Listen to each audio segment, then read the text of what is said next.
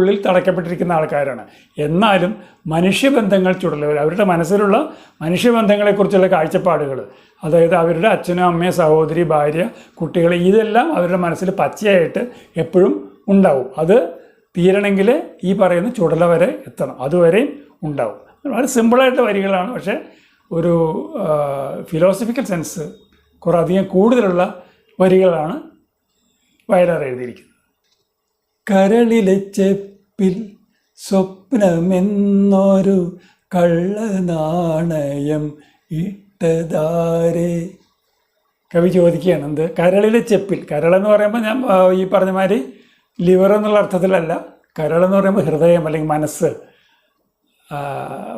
അപ്പോൾ ആ കരളിലെ ചെപ്പിൽ, ഹൃദയത്തിൽ ഈ കള്ളനാണയം ഇട്ടതാരേ. ഹൃദയത്തിനെ ഒരു ചെപ്പായിട്ട് കണക്കാക്കുന്നത് ഈ